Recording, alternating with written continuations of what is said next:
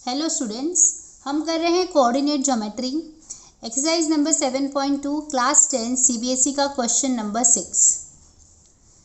If 1, 2, 4, x, 6 and 3, 5 are the vertices of a parallelogram taken in order, find x and y। ठीक है, तो देखो हमें कुछ पॉइंट्स दिए हुए हैं और ये सब क्या है, ये है वर्टाइसेस किसके, पैरेललोग्राम। तो यहाँ पर मैंने एक पैरेललोग्राम बना ही लिया है। ठीक है, अब ये सारे पॉइंट्स का हम लोग नाम लिख देंगे कुछ तो भी, चलो इसको ए बी सी डी ऐसे नाम दे देते। तो मैंने यहाँ पे ए ले लिया, ये हुआ बी, सी और डी।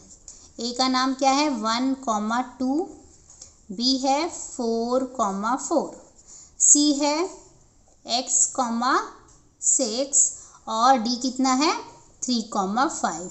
ओके, तो इस तरह से मैंने एक पैरेललोग्राम में सब बराबर से नेमिंग कर दिया है और पॉइंट्स के नाम लिख दिए हैं।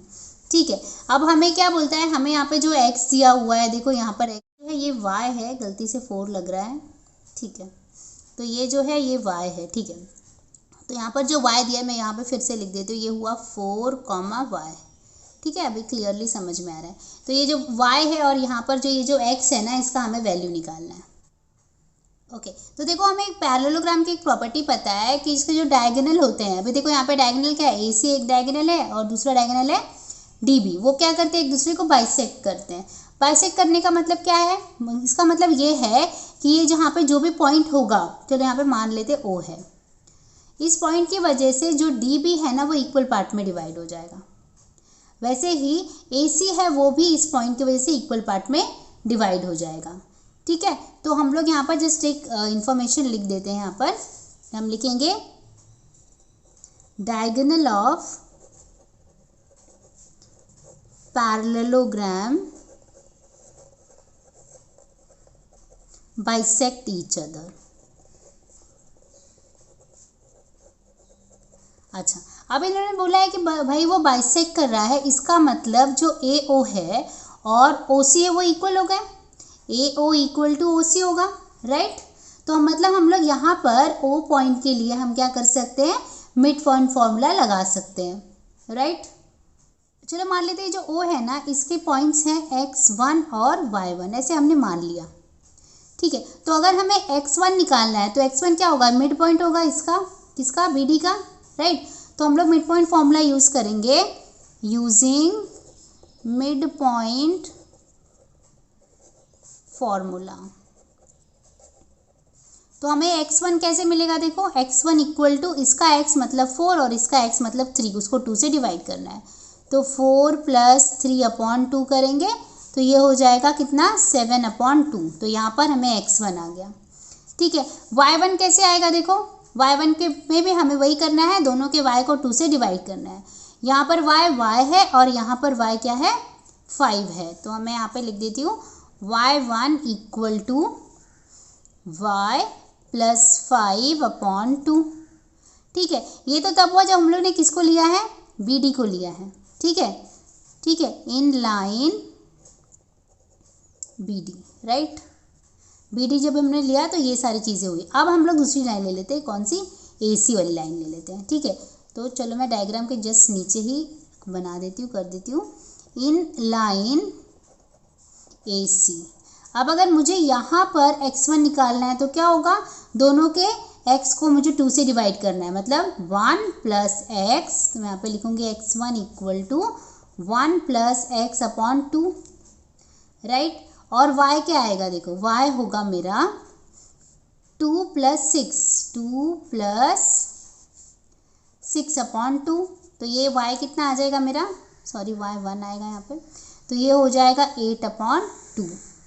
मतलब ये फाइनली हमें कितना मिल जाएगा, 4 मिल जाएगा।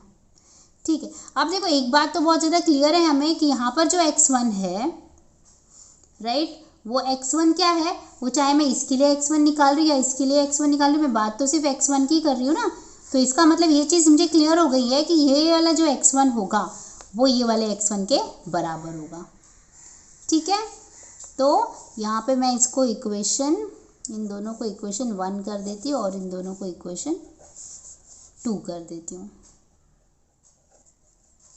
या फिर मैं ऐसे भी लिख सकती हूँ कि as in both the cases and in both the cases x1 is equal, therefore हम लोग इसके x1 को इक्वेट कर देंगे इसके x1 के, मतलब 7/2 will be equal to 1 plus x/2, right. वैसे ही हमारा जो y का केस होगा ना वो भी होगा, ठीक है, तो वो भी लिख देते हैं हम लोग।